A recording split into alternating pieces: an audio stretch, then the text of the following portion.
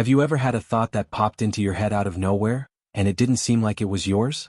Not just any daydream, but a whole sentence, clear, almost like a strange inner voice, that appears without warning, without context, and that doesn't match who you are. An imposed thought. Intrusive. Disconcerting. For a second you even wonder, why did I think that? And even more disturbing, where did this come from? If this has ever happened to you, stay with me. Because what you're about to discover might surprise you. Everyone talks about thoughts as if they were choices. As if every idea that passes through the mind had been invited, authorized, consciously created. But the real experience of the human mind is very different from that. Sometimes thoughts simply arise. They appear ready-made, formulated, with tone, intention, and even judgment. And when that happens, the feeling is strange. It causes a slight discomfort. A silent rupture between who I am and what appeared in my head. Have you ever experienced this? Perhaps it was a negative thought about someone you like. Perhaps a harsh criticism of yourself. Perhaps an absurd, senseless, even disturbing idea. And the most unsettling thing is not the content itself. It's the feeling that it doesn't seem to have come from you. As if your mind had produced something against your will. As if there were a distance between the observer and the voice. And that's exactly where a lot of people start to get scared. Because no one teaches us how to deal with strange thoughts. No one explains that the human brain is a machine for generating possibilities, simulations, internal phrases, images, and scenarios, all the time. Silently. In the dark. Without asking permission. When one of these contents crosses the boundary of consciousness, the reaction is usually immediate. Identification, fear, or guilt. If I thought that, it must mean something about me. But does it mean anything? Imposed thoughts are not a sign of weakness. Nor do they indicate that there is something wrong with you. They are a side effect of a highly sophisticated brain, trained over thousands of years to anticipate risks, test hypotheses, and simulate realities, even when these simulations don't make sense in the real world. The problem begins when we confuse thought with intention, inner voice with identity, and mental content with truth. Notice how these thoughts often arise at the most unlikely moments. In silence. Before bed. In the shower. In traffic. They enter without knocking. And when they do, they seem to have authority. They sound confident. Definitive. As if they were facts, not hypotheses. And that's when the discomfort grows, because they don't ask permission. They impose themselves. Stay with me until the end, because understanding this mechanism completely changes the way you relate to your own mind. There is an invisible line between thinking and being. Between having a thought and believing it. Between hearing an inner voice and accepting that it represents who you are. And most people never learn to see that line. They live fused with their own thoughts, reacting to each internal phrase as if it were an order, a warning, or an absolute truth. Here, in Dark Human Essaying, we delve precisely into this uncomfortable territory. The space where science, consciousness, and human experience meet. Where what seems strange begins to make sense. Where fear gives way to understanding. Because perhaps the thought that scared you isn't an enemy. Perhaps it's just an automatic reflex of a system far older, more complex, and more impersonal than you imagine. And when you understand that, something changes. Your relationship with your mind changes. The tension decreases. Your curiosity increases. And from here on, the question ceases to be, why did I think that? And it becomes something else entirely, much deeper, and that's exactly what we're going to talk about now. And perhaps as you listen to this now, some thought has already arisen within you. A silent reaction. A memory. A discrete identification. Sometimes it's just that makes sense, sometimes it's a discomfort that's hard to explain. Whatever the feeling, it matters. Because this type of experience is usually lived in silence, as if it were something that only happens to us, when, in fact, it connects far more people than you imagine. If this topic resonates with you, leave a comment below describing what has resonated with you the most so far. It could be a specific situation, a strange feeling, or simply confirmation that you've experienced something similar. When someone writes, "This has happened to me," another person reads it and realizes they're not alone. And this exchange changes everything. Comments aren't just words. They build a safe space where unseen experiences finally find a voice. And if, at any point during this video, you felt that inner click, that feeling of, this explains something I've never been able to put into words. Liking a video is a simple yet powerful way of saying, this content matters. It signals to the algorithm, and to other people, that it's worthwhile to continue exploring deep, uncomfortable, and human themes like this one. Now, if you feel that this type of reflection provokes you, challenges you, and makes you look at your own mind with more curiosity than fear, subscribing to the channel is almost a gesture of continuity. It's like saying, I want to continue investigating this. Because the more people gather around these conversations, the further this message travels, reaching people who may be trying to understand their own strange thoughts in silence right now. Your participation here is not a small detail. It sustains this type of content, broadens its reach, and keeps alive a community that prefers to understand the mind instead of running away from it. Every comment, every like, every subscription is part of this collective movement of looking inward with more clarity and less judgment. With that in mind, we can delve even deeper. Because understanding that thoughts arise without asking permission is just the beginning. What truly changes everything is discovering why some of them seem so real, so urgent, and what happens when you stop fighting your own mind and begin for the first time to truly observe it. There's a silent phenomenon happening all the time inside the human mind, and it's so common that it often goes unnoticed. Thoughts that arise uninvited. Entire sentences that appear fully formed, as if someone had just pressed an invisible button. Internal criticisms that form before you even realize you were thinking them. Small automatic commands, careful, don't do that, this is going to go wrong, that cross through consciousness without asking permission. There is no warning. There is no conscious choice. They simply appear. And the most curious thing is that this doesn't happen with a specific group of people. It's not something restricted to anxious, creative, or different minds.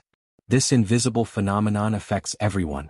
Ordinary people, living ordinary lives, making everyday decisions, going through seemingly simple routines. The human brain, regardless of each person's history, produces thoughts continuously. It doesn't wait for you to be ready. It doesn't ask if now is a good time. It simply does what it has always done, generate content. Perhaps you've already noticed this in mundane situations. You're driving and suddenly, a strange, almost absurd thought pops into your head. You're silent, and an internal criticism appears out of nowhere, as if a hidden truth were revealed without context. You're about to make a simple decision, and an automatic phrase arises trying to guide your choice. These thoughts don't ask for permission. They impose themselves. And that's precisely why they seem so real.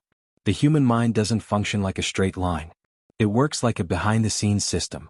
While you believe you're simply living in the present moment, an entire machine is active behind the conscious experience. Assessing risks, comparing patterns, simulating scenarios, revisiting memories, anticipating impacts. All of this happens before you have time to put this process into words. When the result of this processing emerges, it already comes in the form of thought, sometimes in the form of an inner voice. And that's where many people get confused. Because when a thought emerges already structured, it carries enormous psychological weight. It seems definitive. It seems true. It seems urgent. It doesn't sound like a hypothesis but like a statement of fact. And when that happens, the natural tendency is to assume that that thought says something essential about who you are. About your mindset. About your intentions. About your inner truth. But this conclusion, although intuitive, is rarely accurate. The brain doesn't create thoughts merely to reflect who you are. It creates thoughts to test possibilities, to anticipate consequences, and to prepare the body to react quickly. Many of these thoughts aren't committed to absolute truth. They're committed to survival, adaptation, and efficiency. And efficiency for the brain doesn't always mean emotional accuracy or moral consistency. Therefore, strange thoughts are not the exception. They are byproducts of a highly sophisticated system. A system that has evolved to act before understanding, to react before explaining, to warn before confirming.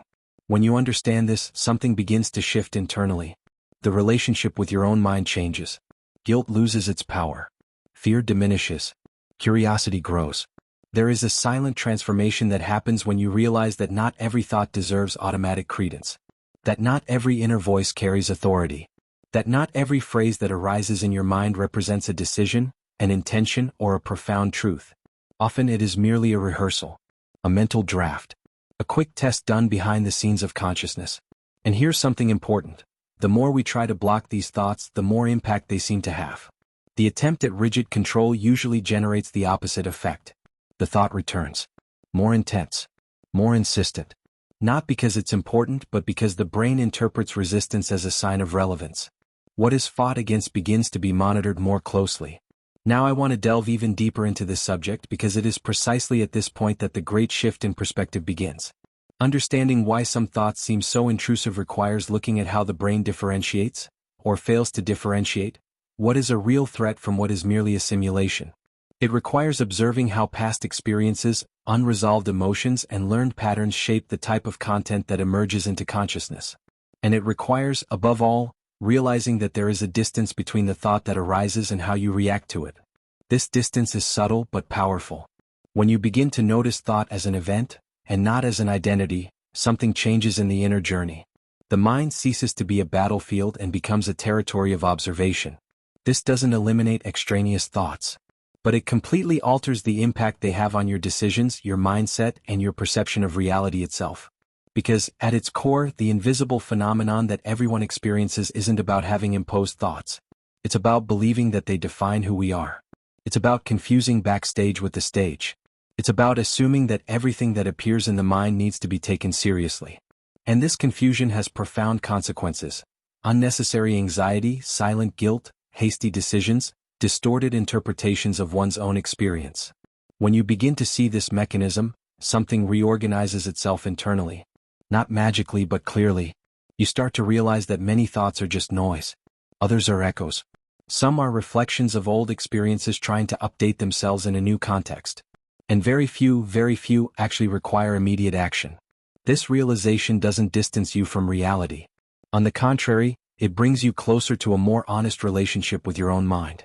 A relationship where observing comes before reacting, where understanding comes before judging, and where inner silence ceases to be threatening and becomes a space for subtle revelations. And it's precisely at this point that the conversation starts to get even more interesting. Because when you understand why these thoughts arise uninvited, the next question arises naturally, not as a superficial curiosity, but as a legitimate concern that changes everything. If this makes sense to you, comment below. That makes sense to me. There's a silent belief that almost everyone carries without ever questioning it, the idea that thinking is a voluntary act. That every thought is born from a conscious decision. As if the mind were a neutral space waiting for orders ready to obey. But the real experience of the human mind dismantles this belief every day. Because if you observe honestly, you'll realize that most thoughts don't arise from a choice. They simply happen. You don't decide the next thought that will arise. It appears beforehand. Always beforehand. Consciousness arrives later, like someone entering a room where something is already happening. This is the point where many people feel that strangeness that's difficult to explain. The famous, "I didn't tell you to think about that." A phrase that arises almost as a reflex, but which reveals something profound about how the brain really works. The brain doesn't wait for permission to produce content. It operates behind the scenes at a much faster speed than consciousness can keep up with. While you believe you are merely observing the world, a vast amount of information is being processed. Visual stimuli, old memories, recent emotions, learned patterns, potential risks, future expectations. All of this mixes, reorganizes, and suddenly emerges in the form of a thought. Not as a question but as a statement. Not as a suggestion but as an inner voice. And it is precisely because it appears ready-made that this thought seems to have come from outside. It seems imposed. It seems strange. It seems out of place with you.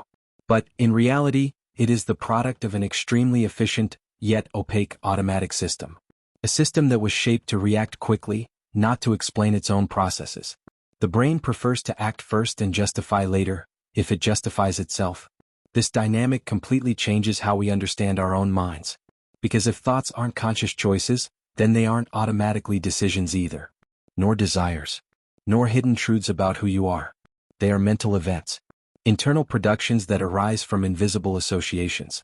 Some useful. Others completely disposable. The problem is that the human mind doesn't come with a manual that teaches you how to differentiate one from the other. In practice, what happens is both simple and profound. A thought arises. Consciousness perceives it. And almost immediately tries to make sense of it. It creates a narrative. It seeks an explanation. It constructs a meaning. It is at this moment that many people get lost. Because they confuse the automatic emergence of a thought with a deliberate intention. They confuse the noise of the system with a personal truth. And this confusion directly impacts mindset, decisions, and how each person perceives themselves throughout their own journey. Automatic thoughts don't ask for permission because they don't need it. They are part of a continuous simulation process. The brain tests possibilities all the time. It rehearses scenarios, predicts failures, imagines consequences. This mechanism was essential for the survival of the species. Anticipating danger before it existed increased the chances of staying alive. The detail is that this same mechanism remains active even when there is no danger at all. It doesn't distinguish well between what is a real threat and what is merely an abstract possibility. Therefore, many thoughts arise with a sense of urgency, with a feeling of certainty, as if they were important alerts. And the more emotionally charged the thought, the more it draws the attention of consciousness. Not because it is true, but because the brain has been trained to prioritize impact. Emotion is a signal of relevance to the system, not necessarily of accuracy. This is one of the hardest hidden truths to accept. Feeling something intensely doesn't make it true. Thinking something clearly doesn't make that thought correct. The mind produces convincing content all the time, but convincing is not synonymous with real. There's a huge difference between a thought arising and it deserving immediate action. Between an inner voice appearing and it representing a valid path. Now I want to delve even deeper into this subject because understanding that thoughts are not conscious choices opens an important door. When you realize that the thought came before the decision, a new space begins to emerge. A subtle gap between what appears in your mind and what you do with it. This space is small, almost imperceptible at first, but it carries enormous potential for transformation. During this interval, something changes. You stop reacting automatically. You start observing. You begin to notice patterns. You realize that certain thoughts always arise in similar contexts. That some inner voices appear when you are tired. Others when you are under pressure. Others when you are about to leave your comfort zone. Gradually, the mind ceases to be a chaotic territory and begins to reveal its internal logic. This observation doesn't eliminate automatic thoughts. They continue to arise. But their impact changes. They lose authority. They lose the power to define decisions on impulse. They lose the ability to completely hijack your attention. The journey ceases to be about controlling the mind and becomes about understanding its inner workings. And when that happens, something curious emerges: clarity. Not absolute, perfect clarity, but enough clarity to realize that many thoughts are nothing more than temporary noise. Echoes of past experiences trying to update themselves in the present. Reflections of old patterns seeking relevance in new situations. The brain recycles content all the time. It reuses ideas, emotions, memories, and sensations. Not all of this is useful. Not all of this needs to be carried forward. This understanding has a direct impact on how you approach important choices. Decisions cease to be reactions to internal impulses and become more conscious responses. The mindset becomes less reactive and more strategic. Truth ceases to be what first appears in the mind and becomes something that is built through observation, context, and discernment. But this process doesn't happen all at once. It's part of a journey. A sequence of small internal revelations. Each one dismantles a bit of the illusion that we are what we think. Each one expands the space between stimulus and response. And it is precisely in this space that the psychological freedom resides, a freedom that almost no one realizes exists. When you understand that you didn't choose the thought that arose, but you can choose what to do with it, something reorganizes itself internally. The mind ceases to be an absolute authority and becomes a tool.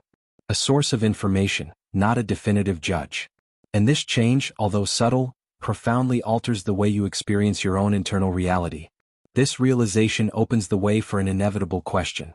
If thoughts arise before consciousness, if they are not deliberate choices, if many of them are automatic, then why do some seem so personal? So aligned with our deepest fears, guilt, and insecurities? This question doesn't arise by chance. It points to an even deeper level of this mental functioning, and that's exactly where the conversation starts to get denser. If this made sense to you, leave a comment below. That makes sense to me. There is a subtle detail, almost invisible, that explains why some thoughts not only arise but sound. They don't appear as vague ideas or diffuse sensations. They come in the form of sentences. With a beginning, middle, and end. With tone. Sometimes even with a certain personality. And that's exactly what makes them seem like strange, almost external, almost imposed inner voices. The human brain uses language to organize reality. Even before you learned to speak, your mind was already trying to make sense of the world. Sounds, faces, movements, emotions. Over time, language became the main tool for internal organization. It is through language that the brain classifies experiences, constructs meanings, anticipates decisions, and creates narratives about what is happening. Thinking, to a large extent, is silently narrating one's own experience. But this narration doesn't happen in a linear or polite way. It happens in layers. While one part of the mind is focused on the present, another is reinterpreting the past, and another is simulating possible futures. Each of these layers can produce content. When this content emerges too quickly, it doesn't pass through the filter of consciousness. It simply appears, already translated into language. That's why some thoughts don't seem thought. They seem sayings. Some people have more visual thoughts. Quick images, scenes, mental flashes. Others have predominantly verbal thoughts. Short phrases. Dry judgments. Almost automatic internal comments. Neither of these forms is better or worse. They are simply different styles of mental processing. The problem arises when the speed of this process is greater than the consciousness's ability to keep up. When an internal phrase emerges too quickly, it feels strange. It's as if someone spoke something inside your head. It seems like it wasn't built step by step. It seems like it came ready-made. And the faster it emerges, the more external it seems. Not because it's truly external, but because you didn't witness its creation process. It's like entering a room in the middle of a conversation. You hear the final sentence, but you didn't hear what came before. Without context, the mind tries to fill in the gaps. And in trying to fill them in, it creates the illusion that that voice doesn't entirely belong to you. This is one of the most important revelations of this journey. The strangeness doesn't stem from the content of the thought, but from the speed at which it appears. The brain works much faster than consciousness can perceive. It associates words, memories, and emotions in fractions of a second. When the result of this processing emerges in the form of a sentence, consciousness receives only the final product, not the path. And everything that arises without a visible path seems suspicious. It seems imposed. It seems unauthorized. This has a huge impact on how people interpret their own minds. Many believe that if a thought came as a voice, it must carry some kind of hidden truth, as if it were a deep inner message, as if it were revealing something hidden about who they are. But most of the time it's not a revelation, it's just automatic organization. The mind doesn't speak to communicate with you. It speaks to organize internal chaos. Internal language is a functional tool, not a spiritual, moral, or existential message. But when we don't understand this, we end up attributing too much weight to phrases that arise without context. And here's where something curious happens. The more a person is startled by these thoughts in the form of a voice, the more attention they give them. And the more attention, the more the brain understands it as relevant. The system begins to monitor, repeat, and reinforce it. Not because there's anything wrong, but because the brain works by priority. What receives attention gains prominence. This cycle creates a feeling of repetition. The same phrase returns. The same internal comment reappears. The same criticism echoes. And this further reinforces the idea that something external, strange, or out of control is happening. When, in fact, it's just the system reacting to the attention it receives. Now I want to delve even deeper into this subject, because there is a fundamental difference between listen to an inner voice and to be dominated by her. Most people have never been taught to observe thought as a phenomenon. They live fused with their internal narrative, as if each mental phrase were an indisputable fact. And this fusion shapes their mindset, decisions, and perception of their own identity. When you understand that the brain uses language to organize the world, something begins to change. You start to listen to thought with more distance. You perceive the tone, but you don't get confused by it. You notice the phrase, but you don't assume it represents you. This small shift creates a silent, yet profound impact. The relationship with the mind ceases to be one of submission and becomes one of observation. And this observation reveals interesting behind-the-scenes details. You begin to notice that certain voices always appear in the same contexts. Before important decisions.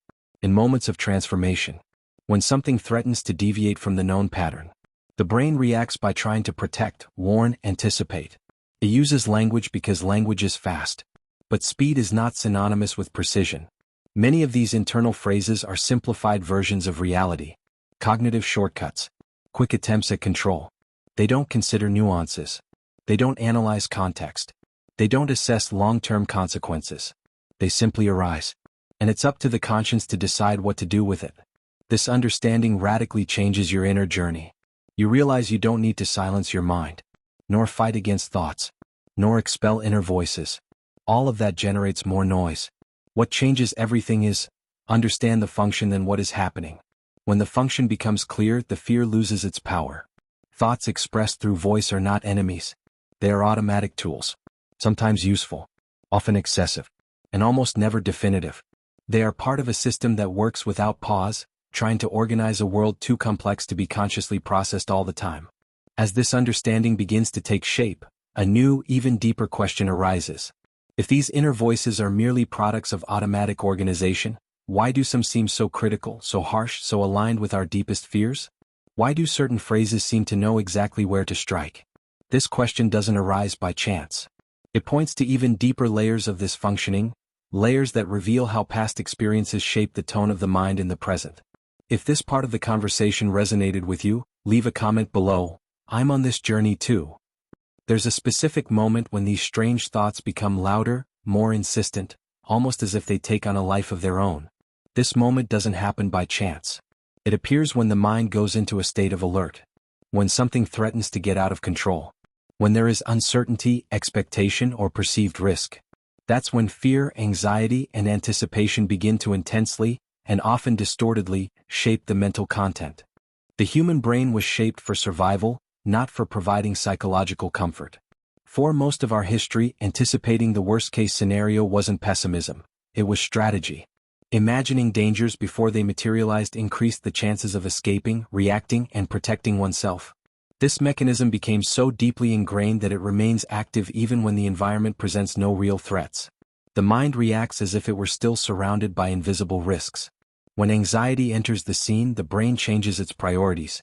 It starts looking for flaws, mistakes, negative possibilities. Not because it wants to sabotage you, but because it has been trained to identify threats first. The logic is simple. If something can go wrong, it's better to notice it beforehand. The problem is that this system doesn't distinguish well between concrete risk and mere anticipatory imagination. For it, thinking about a problem is almost the same as experiencing it. It is in this state that automatic thoughts intensify. Internal phrases become harsher. The tone changes.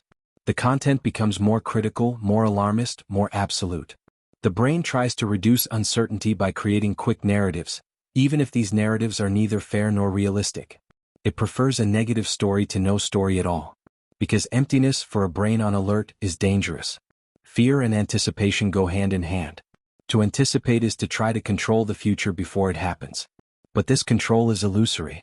The mind creates scenarios as a form of preparation, but many of these scenarios never materialize. Still, their emotional impact is real. The body reacts. Tension increases. And the more the body reacts, the more the brain interprets this as a sign that something serious is happening. This cycle is self-reinforcing. Negative thoughts generate tension. Tension signals danger. The brain responds by generating more negative thoughts.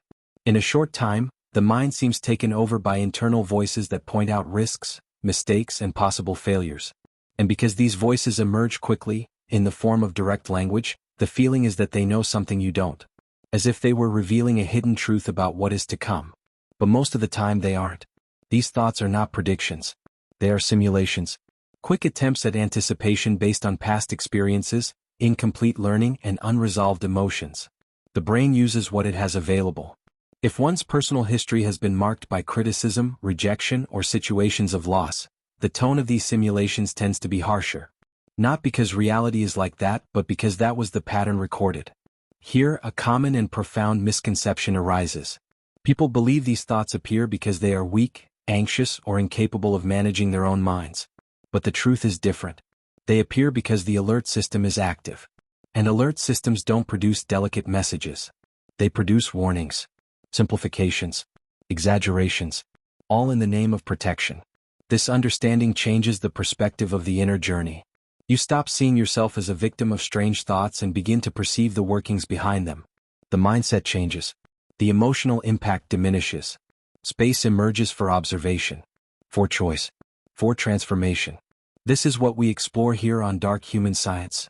Not the comfortable surface of the mind, but the real backstage workings of humanity. The point where ancient mechanisms collide with modern life.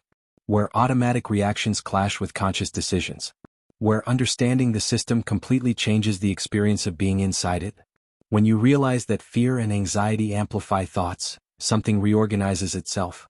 You begin to notice that these inner voices become more intense precisely when something important is at stake. Before a relevant decision. At the beginning of a change. In moments of transition. Anticipation doesn't arise because you are wrong, but because you are venturing into uncharted territory. The brain hates the unknown.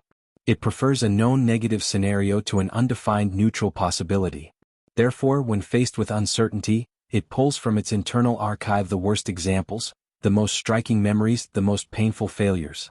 It constructs quick narratives to try to avoid repeating the pain, even if that pain never happens again. This behavior has a direct impact on how you perceive yourself. If you believe everything your mind tells you in those moments, you begin to see the future as a constant threat. Decisions become more difficult. Your mindset contracts. The journey loses its lightness. Not because reality is heavy, but because anticipation distorts your perception of the present. Now I want to delve even deeper into this subject because understanding the role of fear doesn't mean eliminating it.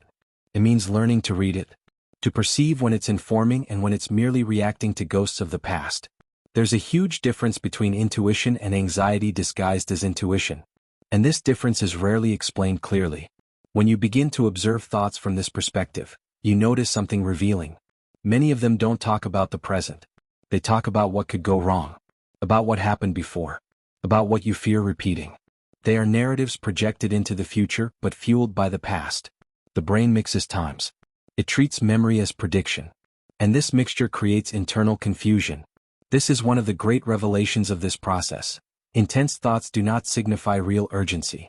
They signify emotional activation. And emotional activation is not a reliable guide for complex decisions. It is a sign that something needs to be observed more calmly, not resolved hastily. When this clarity begins to emerge, the power of the inner voices changes. They continue to appear but lose their commanding tone. They become data, partial information, elements to be considered, not orders to be followed. The mind ceases to be a battlefield and becomes a system to be understood. And when you understand why fear and anxiety shape the content of thoughts, an even more delicate question naturally arises. If these thoughts are automatic responses to emotional states, what happens when a person begins to believe them as if they were absolute truths? What kind of impact does this have on identity, choices, and how someone relates to themselves? This question is not theoretical. It touches the core of the human experience. And it is from this question that the conversation begins to reveal even deeper layers of this phenomenon. If this passage resonated with you, leave a comment below. That makes sense to me.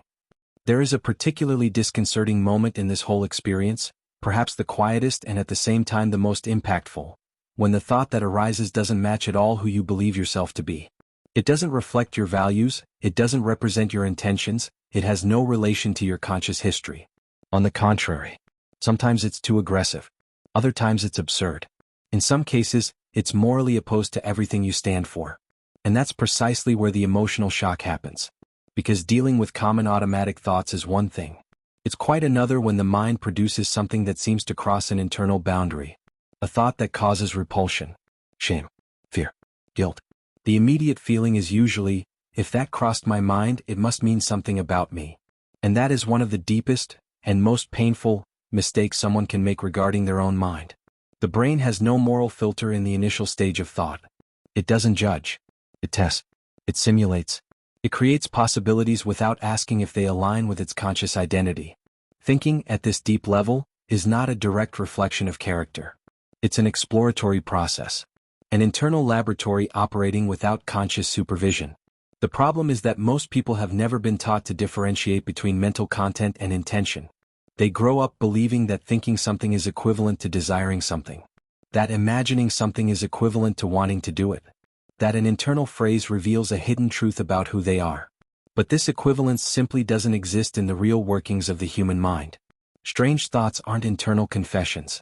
They're rehearsals, quick tests, random combinations of memories, emotions, and recent stimuli. The brain constantly cross-references information, without commitment to moral coherence or narrative logic. It tries possibilities like someone throwing hypotheses into the air to see what makes sense. Most of these hypotheses are instantly discarded, but some cross the line of consciousness before disappearing. When this happens, the emotional impact is significant. Because the thought arrives without warning, without context, without explanation. And the conscious mind, upon receiving it, immediately tries to fit it into a personal story.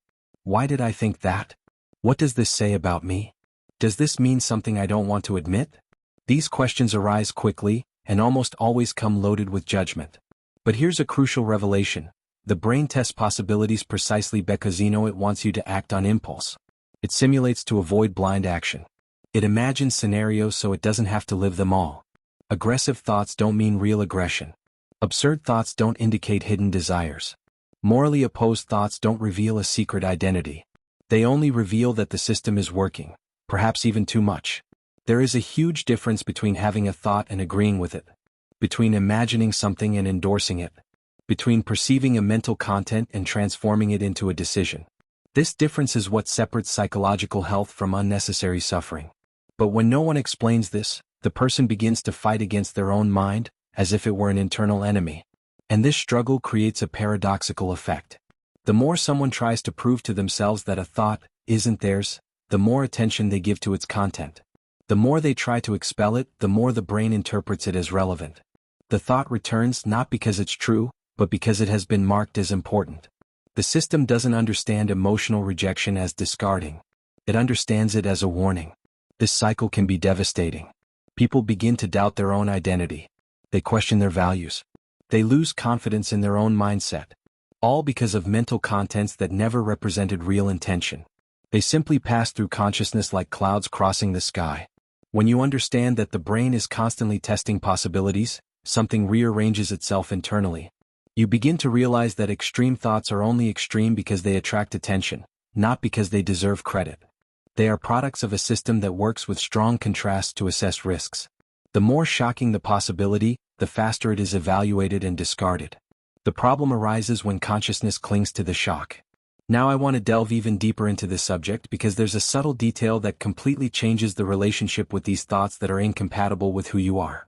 The mind doesn't produce these thoughts randomly.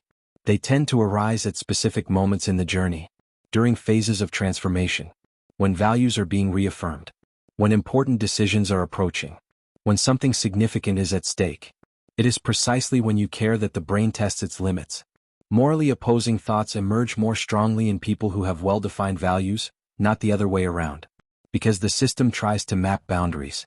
It asks without words, is this acceptable? Is this dangerous? Does this threaten something important? The emotional clash arises because the value exists, not because it is absent. This perception changes everything. Thought ceases to be a threat to identity and becomes a sign that something important is being protected internally. The mind tests the opposite to confirm what matters. It casts a shadow to recognize the light. But it does so without explanations, without context, without delicacy. When you learn to observe this process, guilt begins to lose its power. Shame diminishes. Your mindset becomes more stable. You understand that you don't need to defend yourself against every thought that arises. That you don't need to justify yourself internally. That you don't need to prove anything to your own mind. Just observe, acknowledge, and let it pass. This change has a profound impact on decisions. When you no longer automatically identify with incompatible thoughts, you gain inner freedom. You choose more clearly. You act with more intention. The journey ceases to be an attempt at absolute control and becomes a process of discernment. And little by little, something curious happens. Strange thoughts continue to arise, but they lose the power to define who you are. They become merely transient mental events. Echoes of a system that works too fast to explain its own steps. Revelations not about your essence but about the workings of the human mind. This understanding creates space for an even deeper question, which begins to emerge naturally. If thoughts don't define intention, if inner voices aren't orders, if mental contents don't reveal identity, then why do so many people suffer so much for believing what they think? What happens when someone confuses thought with absolute truth? This question is not theoretical. It directly addresses how we construct our psychological identity. And it is precisely at this point that the conversation begins to delve into an even more sensitive and transformative layer. If this resonated with you, leave a comment below. I'm on this journey too. There is a silent error that runs through almost all human experiences with the mind, an error so common that it is rarely questioned. It arises automatically, almost invisibly, and usually appears in the form of a simple but devastating internal phrase. If I thought that, it's because that's who I am. This immediate identification between thought and identity seems logical at first glance, but it is precisely this that creates much of modern psychological suffering. When a person believes that every thought reveals something essential about who they are, the mind ceases to be a space of passage and transforms into an internal tribunal. Every idea becomes evidence. Every mental phrase becomes judgment. Every strange thought becomes a silent accusation against one's own identity. And this generates a profound impact on mentality, decisions, and how one sees oneself throughout one's own journey. The thought arises, quickly, automatically, without context. Then comes the interpretation. And soon after, the conclusion, that says something about me. This sequence happens in milliseconds. There is no pause. There is no observation. Only fusion. The person clings to the thought as if it were a faithful photograph of their essence. And when the content is negative, aggressive, or strange, the consequence is predictable: guilt, fear, and a constant feeling of inadequacy. This mechanism creates a curious effect. The more a person tries to be someone correct, controlled, or good, the more they suffer when thoughts that don't match that image arise. Because, in the logic of automatic identification, there is no room for noise. Everything needs to make sense. Everything needs to represent something. And when it doesn't, the mind enters into conflict with itself. The problem is that the brain doesn't operate with this rigid moral logic. It doesn't produce thoughts to define who you are. It produces thoughts because it's an active, associative, and incessant system. Much of what arises in the mind is merely cognitive residue. Fragments of memory, random associations, rapid emotional reactions, moving background noise. But when all of this is interpreted as identity, the noise becomes drama. Guilt arises precisely there. Not from the action but from the interpretation. The person did nothing, said nothing, acted nothing incoherently, but feels guilty simply for having thought something. And this guilt generates fear. Fear of oneself. Fear of one's own mind. Fear that thoughts will reveal a hidden truth that one doesn't want to accept. This fear, in turn, increases internal vigilance. The mind begins to be monitored all the time. And the more monitoring, the more thoughts arise. The cycle is complete. Thoughts become identity. Identity generates guilt. Guilt generates fear. Fear generates obsession. Obsession keeps the focus precisely on what should be irrelevant. And the brain, obedient to the logic of attention, continues producing more of the same. Not because it's important but because it has received prominence. This is one of the great distortions of mental experience. Believing that thinking something is equivalent to being that thing. When, in fact, thinking is merely a transient event. A phenomenon that arises, passes through consciousness and disappears, unless it is captured by interpretation. The human mind produces thousands of thoughts a day. Most of them are forgotten almost instantly. No one suffers because of these thoughts. They go unnoticed because they are not given meaning. But it only takes one specific thought to be interpreted as personal, dangerous, or revealing to gain weight. And this weight doesn't come from the thought itself, but from the story that is created around it. Now I want to delve even deeper into this subject because this automatic identification error not only causes internal suffering, it shapes how people live. It influences choices, limits movement, and hinders important transformations. When someone believes that their thoughts define who they are, they begin to avoid situations that could generate uncomfortable thoughts. They avoid decisions. They avoid change. They avoid emotional risks. Life begins to shrink not for lack of ability, but for fear of one's own mental content. This mindset creates an invisible prison. The person ends up living trying to keep their mind clean, controlled, appropriate. But this goal is impossible. Because the brain wasn't made to be silent or morally aligned all the time. It was made to simulate, test, anticipate. And the more someone tries to control the flow of thoughts, the more frustrated they become when they fail. There's a hidden truth here that almost no one realizes. Obsessive thoughts aren't strong by nature. They become strong when they're given excessive meaning. A thought treated as noise disappears. A thought treated as identity returns. Because the brain understands identity as the highest priority. When this understanding begins to form, something shifts internally. The person begins to realize that they don't need to analyze every thought. That they don't need to explain themselves to their own mind. That they don't need to agree or disagree with everything that arises. It's enough to acknowledge, this is a thought, not a portrait of who I am. This change seems simple, but it has a profound impact. Guilt loses its power. Fear diminishes. Obsession begins to dissolve. The mind doesn't become silent, but it becomes less threatening. Thought ceases to be a judge and becomes merely a visitor. This difference changes the entire journey. Decisions are made with more clarity, not in reaction to internal noise. The mindset becomes more flexible. Identity ceases to be built on fleeting mental content and begins to be based on values, conscious choices, and real actions. But this transition doesn't happen instantaneously. It requires something that is almost never taught. Learning not to automatically identify with everything one thinks. Learning to observe without concluding. To allow thoughts to pass without transforming them into personal truths. This learning is not intellectual. It is experiential. It happens gradually, in the practice of daily observation. When this begins to happen, a new kind of inner freedom emerges. Not the freedom to control the mind, but the freedom not to be controlled by it. The person begins to realize that many thoughts that previously caused suffering were just noise. Moving backstage. Disposable rehearsals of a system that never stops. And it is precisely at this point that a question begins to emerge forcefully. If so many thoughts are just noise, if automatic identification causes so much suffering, what happens when someone learns to relate to their own mind in a different way? What kind of real transformation does this cause in daily experience? What impact does this have on how one lives, decides, and perceives oneself in the world?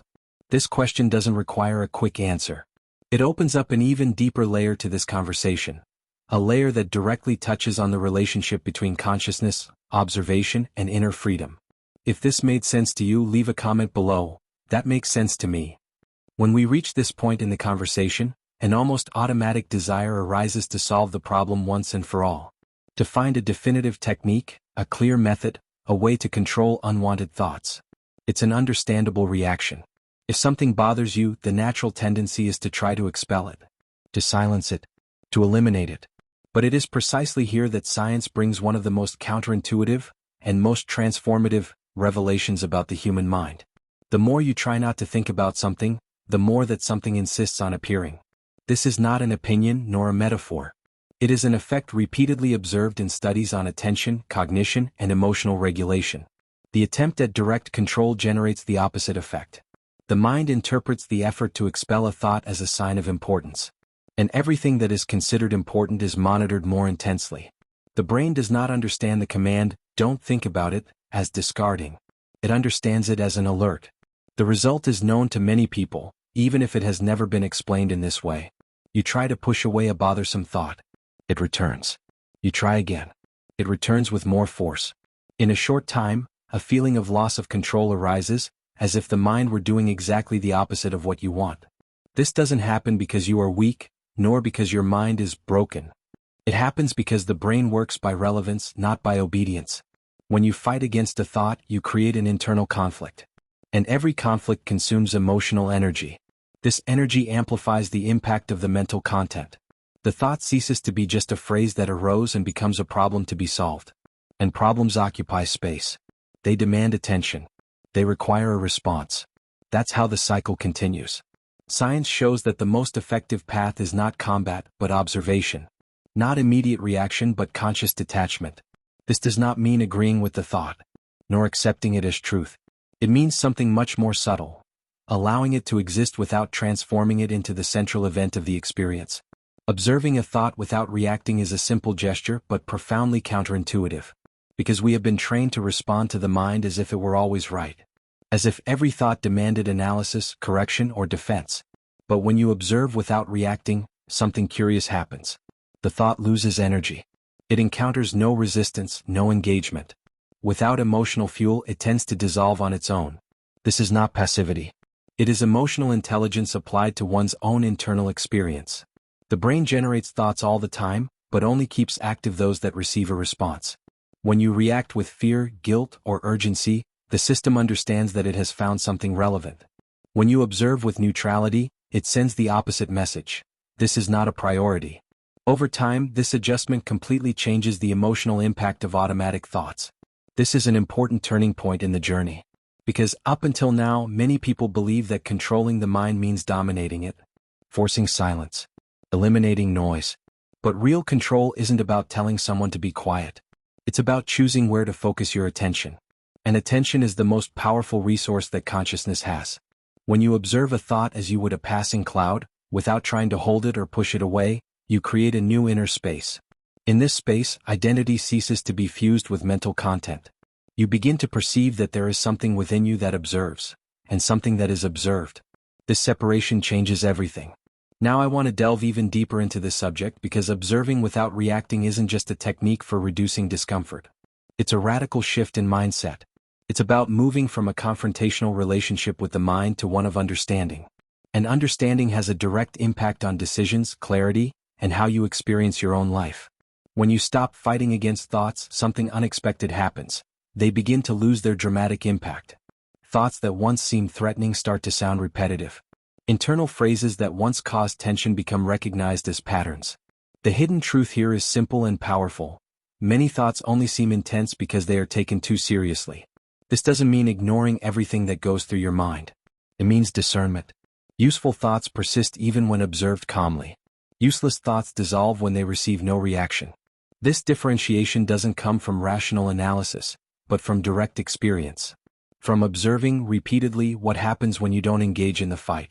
This process generates internal transformation because it returns the role of choice to consciousness. You don't choose the thought that arises, but you choose whether you will engage with it. And this choice, repeated over time, profoundly changes the relationship with the mind. Anxiety decreases not because thoughts disappear, but because they no longer have the same emotional impact. There's something liberating in realizing that you don't need to conquer your mind to live well. You need to understand it. You need to know its inner workings. To know that it operates with exaggerations, shortcuts, and simulations. To know that many internal messages are imperfect attempts at protection. When you understand this, the mind ceases to be an absolute authority and becomes a source of information, some useful, some disposable. This change has clear effects on daily life. Decisions are made with less impulsiveness. The mindset becomes more open. The inner journey gains lightness. You no longer need to prove anything to your own thoughts. You don't need to justify every internal reaction. Just observe and follow. And little by little, something even more interesting emerges. When you stop fighting against your mind, you begin to perceive deeper patterns. You notice when certain thoughts always arise in the same context. Before important changes. In moments of exposure. When something threatens to transform your current identity. Thought ceases to be an enemy and becomes a signal. An indicator that something relevant is happening at the level of experience. This insight opens up an even deeper layer of the conversation. Because, if observing without reacting reduces the emotional impact, what happens when this observation becomes continuous? What changes when someone begins to live their own internal experience with more presence and less conflict? What kind of psychological freedom emerges from that? This question cannot be answered all at once. It unfolds. And it is precisely in this unfolding that the conversation begins to touch on the most sensitive point of all. The difference between being a prisoner of the mind and using the mind as a tool. If this resonated with you, leave a comment below. I'm on this journey too. There comes a point in this journey when something finally falls into place. Not as an intellectual conclusion, but as a felt realization. A silent yet profound turning point. It's when you begin to perceive, clearly and almost inevitably, that there is a fundamental difference between what arises in the mind and what you are. Between the voice that speaks and the one who listens. Thoughts arise, pass, and change. This happens all the time. They appear in the morning, transform throughout the day, and disappear at night. Some return, others never again. They change in tone, content, and intensity. The mind is constant movement. But there is something that doesn't change along with this flow. Something that remains stable while everything passes. The observer. This perception seems simple when put into words, but its impact is profound. Because for much of their lives, most people live glued to their own internal narrative. Every thought becomes identity. Every mental phrase becomes truth. Every internal criticism becomes personal definition. And this creates a silent dependency. The person believes they are what their mind tells them at that moment. When this fusion occurs, the mind takes control. Not because it is malicious, but because no one has ever taught them to differentiate between thought and consciousness. Inner voice and identity. Mental content and essence.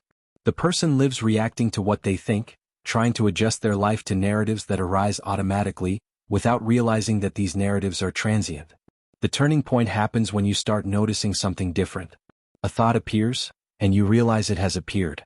An inner voice speaks, and you realize there has been a voice speaking. This small shift changes everything. Because the instant you perceive the thought, you are no longer inside it. You are one step behind. Observing. And it is not thought that observes. This realization has a liberating impact. If you observe the voice, then you are not the voice. If you perceive the thought arising, then you are not the thought. It happens within you, but it doesn't define you. This difference completely changes your relationship with your mind. Fear diminishes. Urgency loses its power. Guilt begins to dissolve. Not because the thoughts disappear, but because they cease to have absolute authority. The mind continues to function. It continues to generate phrases, images, comments, simulations. That doesn't change. What changes is how you position yourself in relation to it. Instead of reacting automatically, you begin to perceive. Instead of fighting, you observe. Instead of merging, you separate. This separation doesn't create cold emotional distance. On the contrary, it creates clarity. It creates space. It creates a new mindset. You begin to understand that thoughts are tools, not sentences. That inner voices are processes, not orders. That the brain speaks because it needs to organize, not because it needs to command. When this awareness deepens, something curious happens. The mind begins to calm down on its own. Not through imposition, but through a lack of conflict. Thoughts that once seemed intense begin to lose strength. Internal phrases that once seemed threatening sound repetitive. You begin to recognize patterns.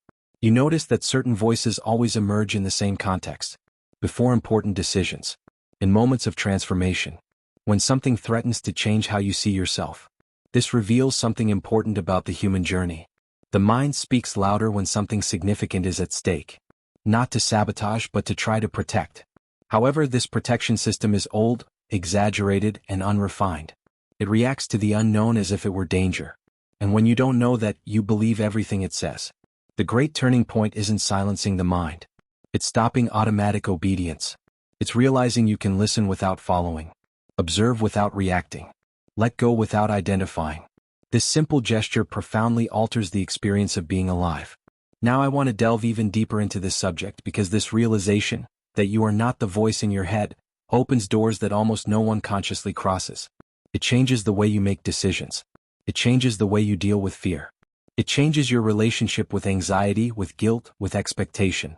The hidden truth is that much of human suffering does not come from what happens outside, but from the merging with internal narratives that have never been questioned. When you detach yourself from the voice, you gain inner freedom. Not the freedom to control everything, but the freedom to choose more clearly. The mindset ceases to be reactive and becomes responsive. You begin to act based on values, not noise. Based on presence, not anticipation. This change doesn't happen overnight. It's a practice. A continuous journey of perceiving, letting go, and returning to the point of observation. At times, you will identify with it again. You will believe the voice. You will get lost in the narrative. That's part of it. The difference is that now you know there's another place to return to. A quieter, more stable, more truthful place. This place is not a better thought. It is not a more positive phrase. It is not a kinder voice. It is the space that perceives all voices. The backdrop of experience. That which remains while everything changes. When you begin to live from that space, something profoundly transforms. The mind ceases to be a battlefield and becomes an observed phenomenon. Inner life gains more lightness. Decisions become less impulsive. The emotional impact of thoughts diminishes. Not because you have become indifferent, but because you have become more conscious. And this awareness doesn't eliminate challenges. It changes how you navigate them. Instead of being swept away by every thought, you walk alongside them without becoming confused. Instead of fighting the mind, you understand it. Instead of fearing your own inner experience, you observe it. This is the final turning point, not in the sense of ending the conversation, but in the sense of shifting the axis of the experience. Of moving away from automatic identification and into conscious observation. Of realizing that thoughts are events, not identities. That inner voices are processes, not final truths. And when it all starts to make sense, a new layer naturally emerges. If you're not the voice in your head, then who are you when thought is silent for a moment? What remains when there's no active narrative? What lies behind it all? This question doesn't require an immediate answer. It opens up.